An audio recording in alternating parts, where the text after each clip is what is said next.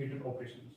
दोस्तों जो आज का टॉपिक है वो काफ़ी महत्वपूर्ण है उन लोगों के लिए जो कि हमारे थर्मोफ्यूल हीटर्स में काम करते हैं या फिर यू कैन से थर्मोपैक बॉयलर्स में काम करते हैं।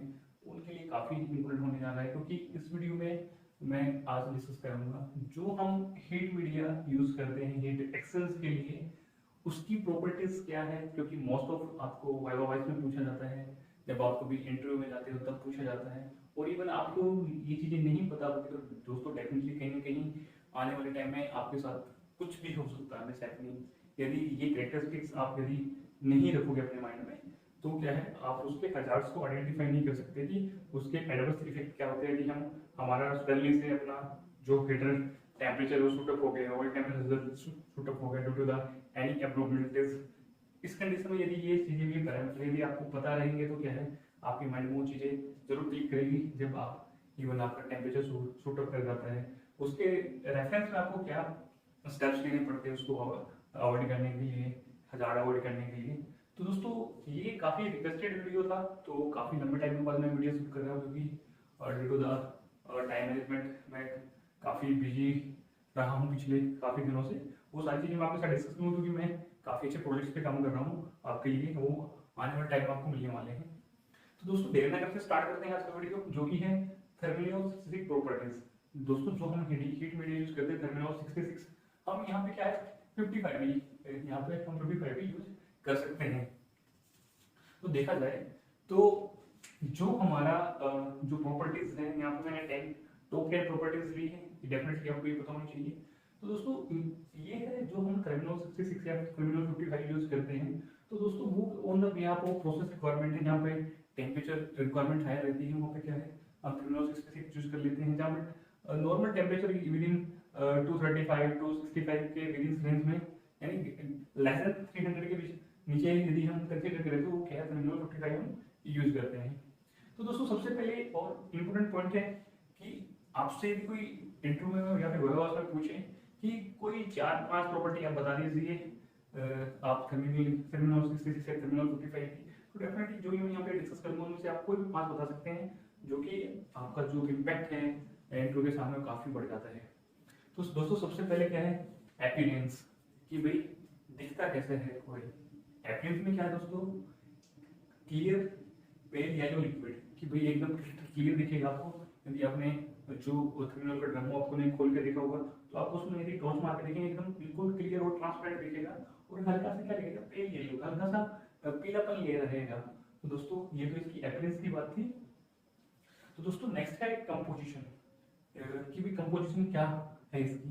तो दोस्तों इसकी कंपोजिशन है मॉडिफाइड पैराफ्लोरिन। तो ये क्या होता है दोस्तों, ये जो हमारे क्लोजली जो एरोमेटिक हाइड्रोकार्बन्स होते हैं तो उससे रिलेटेड कंपोजिशन में ये आता है, जिसको हम डाइफ्लाइन भी बोल सकते हैं। तो दोस्तों ये इसके ज्यादा स्ट्रक्चरली हमें नहीं जाना है, कि हमें बस इतना ही पता होना चाहिए कि भाई कंपोजिशन क्या होती है इसकी, तो क्या है वो मॉडिफाइड पैराफ्लोरिन होती है। तो नेक्स्ट है प्रॉपर्टीज में काफी इंपॉर्टेंट है मॉइस्चर कंटेंट, काफी इंपॉर्टेंट है कि दोस्तों जो मॉइस्चर कंटेंट होना चाहिए ऑयल में क्या है वो मैक्सिमम कितना होना चाहिए 150 ppm, कि जो होना चाहिए 150 ppm पार्ट पर मिलियन।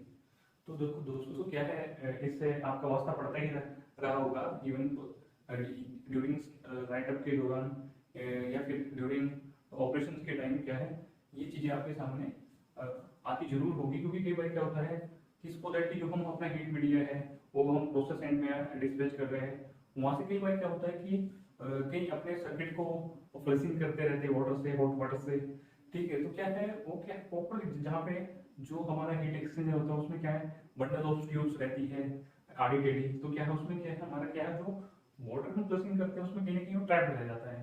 तो जब हम वो जो हीट मीडिया हम उसको प्रोवाइड करता है, जो हमारा थर्मोफ्यूल ऑयल है वो क्या है हीट एक्सचेंजर में जाता है, तो दोस्तों उसके साथ उसके कॉन्टेक्ट में क्या है हमारा वो वाटर है आ जाता है। तो दोस्तों देखा जाए तो जो हमारे स्टैंडर्ड जो मैक्सिमम है वो 150 ppm हो गई है, नहीं आगे 300 400 या उससे भी ज्यादा हो जाता है। तो उस कंडीशन में दोस्तों होता क्या है, या तो आपको हमारे जो एक्सपेंशन टैंक है तो क्या है उससे आपको क्या है कि आपको स्टीमिंग आना स्टार्ट हो जाएगा वहां से, क्योंकि धीरे धीरे जैसे टेम्परेचर बढ़ता जाएगा जो वाटर कंटेंट है वो इवेपोरेट होता रहेगा, तो क्या है वो हमें एक्सपेंशन टैंक के जो भी प्रेशर होता है उससे क्या है हमारा स्टीम आपको निकलता हुआ दिखाई देगा। तो दोस्तों ये क्या जो ये सिम्टम्स क्या है कि भाई हाँ कहीं ना कहीं से हमारे जो थर्मिक ऑयल है उसमें क्या है वाटर एडअप हो गया है। तो दोस्तों जैसे वाटर एडअप हो जाता है तो उसमें क्या है कि हमारा जो एक्सपेंशन टैंक है वो हंटिंग करने लग जाता है, और ये हमारी जो पंप का डिस्चार्ज है उसमें से एक अजीब सी साउंड आने लग जाती है, या फिर हमारी जो पाइपलाइन है वो क्या है थोड़ा सा वाइब्रेट करने लग जाती है, हिलने लग जाती है। ये सारी क्या है सिम्टम्स या तो अपना सर्किट में वाटर आ गया है, या फिर कहीं ना कहीं पे क्या है हमारी एयर ट्रैवल हो चुकी है। तो इससे बचने का तरीका ये है कि इस तरीके से कुछ यदि होता तो आप मैक्सिमम आप हायर एलिवेशन पे जो आपके एयर वेंट दिए जाते हैं आप वहाँ को वो एयर वेंट आप ऑपरेट कीजिए, वहाँ से आप पेंटिंग कीजिए, और क्या है ये आपकी समस्या क्या है रिजोल्व हो जाएगी। तो दोस्तों मैक्सिमम यदि थर्ड मोस्ट ऑफ प्रॉपर्टी की बात करें तो वो क्या है मॉइस्चर कंटेंट, जो कि आपका 150 ppm तक मैक्सिमम होना चाहिए, वरना जो मैंने आपके साथ ऑलरेडी डिस्कस की है वो क्या है आपके साथ आ जाएंगे। दोस्तों नेक्स्ट पॉइंट है और काफी इंपोर्टेंट पॉइंट है, वो है 4 पॉइंट है फ्लैश पॉइंट। तो दोस्तों जो अपना फ्लैश पॉइंट है और 5 पॉइंट है मैं इन दोनों को साथ में कवर करके चलूंगा क्योंकि दोनों एक दूसरे से इंटरलिंक्ड है। तो दोस्तों फ्लैश पॉइंट होता क्या है और 5 पॉइंट क्या होता है। Even in the scenario of terminal 66 जो क्या है इन्होंने फ्लैश पॉइंट क्या दिया है वो 184 डिग्री सेल्सियस दिया है, और 5 पॉइंट क्या है 212 डिग्री सेल्सियस दिया है। ये है ASTM के अकॉर्डिंग D92 के according. ASTM stand for the American society for testing and materials. Section D92 के अंतर्गत क्या है जो थर्मल 66 है उसका 5 पॉइंट क्या रहता है वो 212 डिग्री सेल्सियस रहता है। तो इसको मैं यहाँ पे आपको एक छोटे से एग्जांपल के साथ बताना चाहूंगा ताकि आपको क्लियर हो अच्छे से। इसको देखिए दोस्तों हम हमारे एक ये बर्तन है इसको दैट कि हमने अपना थर्मिनल डाल रखा है। तो दोस्तों आपको पता है कि भाई कोई भी लिक्विड है वो वेपराइज होता है यदि हम उसको हीटिंग प्रोवाइड करते हैं। यदि हमारा क्या है हीटिंग सोर्स है, यदि हम कोई भी लिक्विड को यदि हम हीटिंग सोर्स प्रोवाइड करेंगे तो क्या है वो वेपराइज होगा। तो दोस्तों जैसे जैसे हम इसको हीटिंग सोर्स देते हैं तो क्या है ये अपने जो इसकी टॉप मोस्ट लेयर है इसके साथ हल्का हल्का क्या है एक लेयर बना लेंगे वेपर के साथ में। तो दोस्तों जो ये वेपर्स है क्या जो हमारी यहाँ पे क्या है एयर प्रेजेंट है। तो दोस्तों ये जो वेपर है तो ये एयर के साथ मिक्स होकर क्या है एक एयर वेपर मिक्सचर बना देते हैं जो कंबशनल फॉर्म में होता है। तो देखा जाए तो क्या है सोची बात है जो हमारा थर्मिनल होता है क्या है वो कंबशनेबल होता है, यानी मींस दैट कि ज्वलनशील होता है। तो दोस्तों अब क्या है यहाँ पे फ्लैश पॉइंट की बात कर रहे हैं, तो फ्लैश पॉइंट यहाँ पे कैसे जनरेट होगा। फ्लैश पॉइंट जो हमारा फ्लैश पॉइंट है वो एक न्यूनतम तापमान है जहाँ पर जो ये एयर प्लस जो हमारा वेपर मिक्सचर है इसके कांटेक्ट में यदि कोई हम फ्लेमेबल चीज लेके आए तो क्या है ये फायर कास्ट कर लेगा कि इसमें आग लग जाएगा। वो न्यूनतम तापमान कितना है, वो न्यूनतम तापमान जिसको बोला गया है वो 184 डिग्री सेल्सियस हुआ है। तो दोस्तों यदि ये जो हमारा थर्मिनल 66 है यदि इसका क्या है 184 डिग्री सेल्सियस जो तापमान आ जाता है वो क्या है ऑयल के साथ जो एयर वेपर मिक्सचर बनाएगा, यदि उसके साथ में जो हम कोई डिस्टिंक्ट सोर्स ऑफ फायर लेके आएंगे तो क्या है वो क्या है एक फायर कास्ट कर देगा। लेकिन इसमें एक कंडीशन है क्योंकि ये इतना कैपेबल नहीं होता कि जो ये इतना स्टेबल टेम्परेचर नहीं होता कि भाई जो कंटिन्यूस जो वेपराइजेशन हो सके और कंटिन्यूस जो फ्लेमेबल एक वेपर बनाएगा वो कंटिन्यूसली क्या है आग पकड़ के नहीं रखेगा। तो दोस्तों यदि हमारा 184 से लेस देन टेम्परेचर तो उस कंडीशन में क्या है कोई भी वेपर जनरेट नहीं होगा, और क्या है वहाँ पे यदि हम डिस्टिंक्ट सोर्स ऑफ फायर लेके आएंगे तो क्या है वो फायर नहीं पकड़ेगा, यानी कि आग नहीं लगेगा उसमें। तो यहाँ पे क्या है दोस्तों फायर पॉइंट अब क्या आता है, आपको याद रखना है कि भाई जो हमारा फायर पॉइंट होता है वो always greater than flash point रहता है। आप यहाँ पे देख रहे हैं कि जो हमारा फ्लैश पॉइंट क्या है 184 डिग्री सेल्सियस है, और लेकिन क्या है जो फायर पॉइंट क्या है हमारा 212 डिग्री सेल्सियस है, क्योंकि ये क्या फ्लैश पॉइंट से हार में रहता है। अभी इसी एग्जाम्पल के अकॉर्डिंग मैं आपको समझाना चाहूंगा कि भाई जो अपना फायर पॉइंट है वो क्या है इसमें टेम्परेचर बढ़ेगा। आप देखिए 212 है वो टेम्परेचर बढ़ गया है। यदि हमने यहाँ पे फ्लेम का टेम्परेचर बढ़ा दिया है वो 184 डिग्री से बढ़ाकर हमने 212 डिग्री सेल्सियस कर दिया है, उस कंडीशन में क्या है जो वेपर फॉर्म होंगे वो क्या है ज्यादा वेपर फॉर्म होंगे। तो ज़्यादा एयर के साथ मिक्स रहेगा तो क्या है, वो क्या है दोस्तों, वो क्या है एक कंटिन्यूसली जो हमारा पॉइंट है, जो यदि हम इसको इस पास में डिस्टिंक्ट सोर्स ऑफ फ्लेम ले जाएंगे तो क्या है कंटिन्यूसली क्या है फायर कैच करता रहेगा। तो दोस्तों वो क्या टेम्परेचर जिसपे कंटिन्यूसली फायर कैच कर लेगा, यदि वो कंटिन्यूसली जो हमारे एयर के साथ जो एयर वेपर मिक्सचर बनाए जो काफी फ्लेक्सिबल रहेगा, वो क्या है 212 डिग्री सेल्सियस है। तो दोस्तों यहाँ पे आपको फायर पॉइंट इसमें क्या दोस्तों एक सडन एक फायर पकड़ेगा, जो हमारा फ्लैश पॉइंट है उसमें क्या है कंटिन्यूसली फायर नहीं रहेगा, और क्या है जो हमारा फायर पॉइंट है उसमें क्या है उसको कंटिन्यूसली फीड एलिमेंट मिलता रहेगा, क्या है फिर उसमें क्या है कंटिन्यूसली हमारा क्या है आग जलता रहेगा उसमें। तो दोस्तों नेक्स्ट पॉइंट है वो काफी ऑटोइग्निशन टेम्परेचर। तो मींस दैट की ऑटोइग्निशन का टेम्परेचर मतलब आप इसके टर्म से ही हम जस्टिफाई कर सकते हैं कि ऑटो में क्या है अपने आप में, इग्निशन में मतलब जल जाने वाला या टेम्परेचर में तापमान, कि भाई इसका ऑटोइग्निशन टेम्परेचर कितना रहता है कि वो रहता है 374 डिग्री सेल्सियस। तो दोस्तों यह वो तापमान होता है जहाँ पे यदि सिर्फ इसमें आपको देख पता होगी फायर ट्रायंगल होता है, उसमें क्या है हमारे 3 एलिमेंट्स होते हैं जो कि हमारे जो फायर को प्रोड्यूस करते हैं। तो उसमें जैसे दोस्तों जो टेम्परेचर है और फ्यूल सोर्स है वो तो दोस्तों रहता ही है साथ में, लेकिन उसको क्या है यदि हम उसको साथ में यदि ऑक्सीजन मिल जाए तो दोस्तों क्या करेगा एकदम से डालने से फायर काट कर लेगा वो। तो दोस्तों वो टेम्परेचर क्या है जिसमें यदि वो एक्सपोज हो जाता है एयर में तो क्या है जल्दी से तुरंत ही आग पकड़ लेगा। वो तापमान कितना है इसका 374 डिग्री सेल्सियस। आपने फायर ट्रायंगल के बारे में पढ़ा होगा, यदि नहीं पढ़ा है तो दोस्तों आप जाके पढ़िएगा, आपके इंस्टा गूगल में आप सर्च करके पढ़ सकते हैं कि फायर ट्रायंगल क्या होता है। तो दोस्तों temperature, feeding element and oxygen, तो यहाँ पे दोस्तों यदि सर्किट के अंदर 374 डिग्री सेल्सियस चल रहा है, इवन वर्स्ट केस सिनेरियो पर तापमान चला गया है वो, तो दोस्तों यदि वो कहीं से यदि फ्लैश से लीकेज है या कहीं से लीकेज है उसको यदि ऑक्सीजन मिल गया दोस्तों तो क्या है वो वहीं से ही आग कर देगा। या फिर इवन कई ऐसे केसेस आए हैं कहीं से पाइपलाइन डैमेज हो गई है, वहाँ पे एकदम शुरुआत से आग लग जाती है, तो आपने देखा होगा कि वो क्या है जो हमारा थर्मिक फ्लूइड है वो क्या है वो उतना टेम्परेचर सस्टेन कर लेता है जो कि वो ऑटोइग्नियस होना स्टार्ट हो जाता है। आपने कई बार ऐसे इंसिडेंट देखे होंगे जहाँ पे ऑयल स्प्लिट होते ही आग लग जाती है। तो दोस्तों वो इसी कारण लगती है। यदि आपको जो भी आप यूज कर रहे हैं, फ्रूटिफाइंग यूज कर रहे हैं या फिर अदर किसी कंपनी का यूज कर रहे हैं तो डेफिनेटली वो आपको उनकी प्रॉपर्टीज पढ़िएगा। यदि आपको वो प्रॉपर्टीज के जो पैरामीटर्स होंगे यदि यहाँ पे माइंड में रहेंगे तो दोस्तों आप इन चीजों से डेफिनेटली बच सकते हैं, किसी को बचा सकते हैं। तो ये सारी चीजें दोस्तों बहुत जरूरी है, तो मैं आपसे डिस्कस करूंगा कि ये सारे मैं गोप्रो के लिए ताकि आने वाले समय में यदि कोई ऐसा हादसा होने की चांसेस है तो डेफिनेटली आप अपने को आपको बचा सकते हो, आप अपने सहयोगी को भी बचा सकते हो।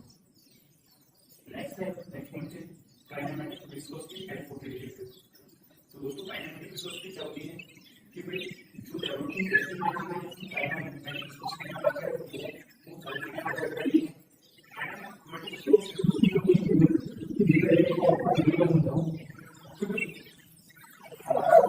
कोई कोई या कोई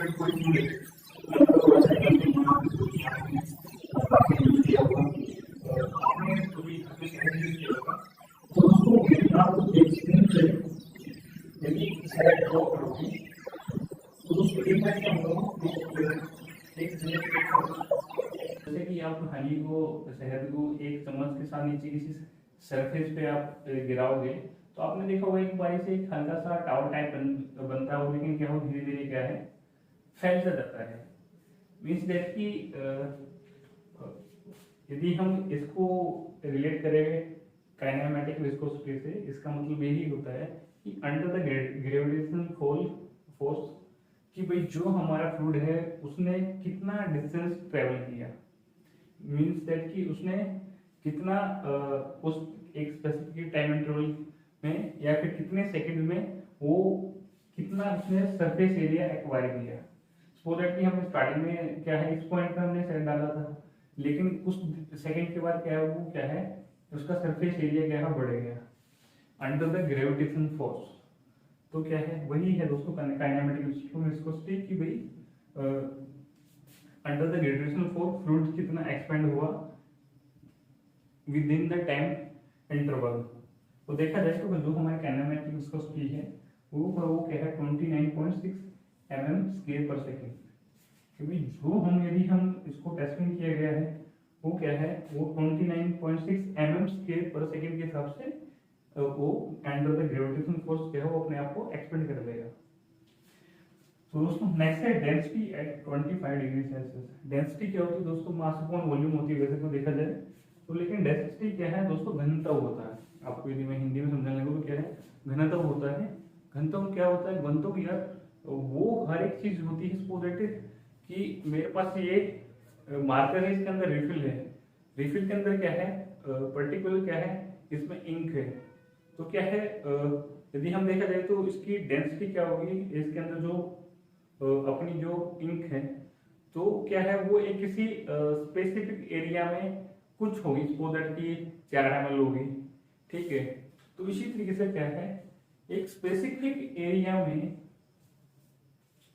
नंबर ऑफ पार्टिकल कितने हैं या फिर नंबर ऑफ पर्सन कितने हैं या फिर नंबर ऑफ बिल्डिंग्स कितनी है, सपोज दैट कि आपके एरिया में सपोज दैट यदि आप गांव से बिलोंग करते हो कि उसकी डेंसिटी कितनी है, इन द सेंस ऑफ यदि हम मकान के बारे में बात करें तो आप बोलोगे सर हमारे आधा किलोमीटर गांव में, सॉरी कि भाई हमारे जो आधा किलोमीटर में जो हमारा गांव है, सपोज दैट एक पर्टिकुलर एरिया लिया हमने, उसमें क्या है 15 मकान है, तो डेंसिटी क्या होगी, वो 15 होगी। तो इसी तरीके से क्या है दोस्तों, डेंसिटी क्या है, वो क्या है एक 25 डिग्री सेल्सियस क्या है वो 1005 kg/m³ है। तो ये पॉइंट आपको क्लियर हो गया होगा। यदि क्लियर नहीं होता भी कोई पॉइंट आप नीचे कमेंट सेक्शन में जाके मुझे डेफिनेटली आप पूछ सकते हैं, मैं आपके क्वेश्चन का आंसर डेफिनेटली दूंगा। पावर पॉइंट दोस्तों वो मिनिमम टेम्परेचर होता है जिस टेम्परेचर पर कोई भी फ्लूइड अपनी क्या है फ्लोबिलिटी को खो देता है। मीन्स दैट कि वह वो मिनिमम टेम्परेचर होता है जहां पे क्या है हम कह सकते हैं कि फ्लूइड की पंपेबिलिटी क्या है कंटिन्यू है। पंपेबिलिटी में देखिए पंप उसको सक करके डिलीवर कर रहा है। यदि दोस्तों इससे नीचे यदि चला जाए तो दोस्तों जो हमारा फ्लूइड है एज ए वैक्स या फिर कह सकते हैं कि मोम की तरह शेप में आ जाएगा, मीन्स दैट कि वो जम जाएगा। तो दोस्तों वो जो पावर पॉइंट है वो क्या है -30 डिग्री सेल्सियस है। कि भाई यदि इससे सपोज दैट कि इससे यदि हम नीचे जाएंगे 31 30, तो दोस्तों क्या है इस कंडीशन में क्या दोस्तों हमारा क्या है जो फ्लो है, जो पंपेबिलिटी ऑफ द फ्लूइड है वो है क्या है वो कंटिन्यू रहेगी। यदि इससे ऊपर जाएंगे -33 क्या है दोस्तों वो जमना स्टार्ट हो जाएगा। कि आपने कई बार देखा होगा कि बहुत सारी जगहों पर ऐसा होता है कि सर्दियों में क्या है इसकी विस्कोसिटी बढ़ जाती है, क्योंकि जो जैसे कि काफी डिग्रेड होता जाता है तो दोस्तों क्या है इसका जो पावर पॉइंट है वो क्या है नीचे आता जाता है कि भाई वो कम टेम्परेचर पे ही उस वैक्स फॉर्म में आने लग जाता है, क्योंकि उसमें काफी इंसोल्युबल्स या फिर कार्बन या फिर लो बोलस क्या है due to the ageing of the fluid क्या है वो आ जाते हैं। तो यदि आपको जो हमारा थर्मल 66 है यदि वो बिल्कुल एक न्यू कंडीशन में है तो उसका पावर पॉइंट क्या रहेगा -32 डिग्री सेल्सियस। तो दोस्तों लास्ट पॉइंट है नॉर्मल बॉइलिंग पॉइंट। तो दोस्तों ये ऑटोगेनेशन पॉइंट था और ये क्या है, ये क्या है normal boiling point. Boiling point को मैं आपको बताना चाहूंगा कि भाई जो हमारा बॉइलिंग पॉइंट होता है उसमें क्या होता है कि फेज चेंज होता है। कि भाई सपोज दैट कि जो हमारा लिक्विड फॉर्म है वो क्या है गैसेस फॉर्म में चला जाता है, तो क्या है उसमें उसको क्या फेज चेंज हो जाता है। कि भाई जो नॉर्मल पॉइंट है जिसमें हमारे फ्लूइड का क्या है फेज चेंज हो जाता है तो क्या है वो है 359 डिग्री सेल्सियस। आपने देखा होगा यहाँ पे बात नोट की होगी, जो नॉर्मल बॉइलिंग पॉइंट हो गया 359 डिग्री सेल्सियस है और जो ऑटोगेनेशन टेम्परेचर है वो 374 है। मीन्स दैट कि भाई जो नॉर्मल बॉइलिंग पॉइंट है वो 359 है, मीन्स दैट कि जो अपना ऑयल है वो गैसेस फॉर्म में जा चुका है। तो गैसेस फॉर्म में जा चुका है तो सपोज दैट कि वो 347 डिग्री में क्या है टोटली उसका फेज चेंज हो चुका होता है। और यदि वो किसी जॉइंट से या फिर किसी पाइपलाइन क्रैक के दौरान वो बाहर निकलता है तो दोस्तों क्या है वो एकदम से फायर कैच करेगा। तो दोस्तों ये कुछ इंपॉर्टेंट पॉइंट्स थे जो मैंने आपके साथ डिस्कस किए। इनमें से यदि आपको लगता है कोई पॉइंट आपको अंडरस्टूड नहीं हुआ तो डेफिनेटली हमें ये कमेंट सेक्शन में जाके मुझे अपडेट कीजिएगा, डेफिनेटली मैं आपकी हेल्प करूँगा।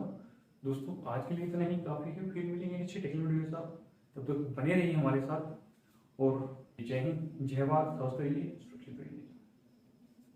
Thanks for watching this video. Don't forget to subscribe this channels, क्योंकि इस चैनल्स को आपको सब्सक्राइब कर लेना चाहिए, क्योंकि इस चैनल पर मैं पावर प्लांट ऑपरेशन और मेंटेनेंस से लेकर वीडियो बनाता रहता हूं, जो कि आपके आने वाले करियर ग्रोथ के लिए काफ़ी हेल्पफुल हो। यदि आपने अभी तक सब्सक्राइब नहीं किया तो प्लीज़ नीचे सब्सक्राइब बटन पर क्लिक करके इसको सब्सक्राइब कर लीजिए और बेल नोटिफिकेशन को दबाना मत भूलिए।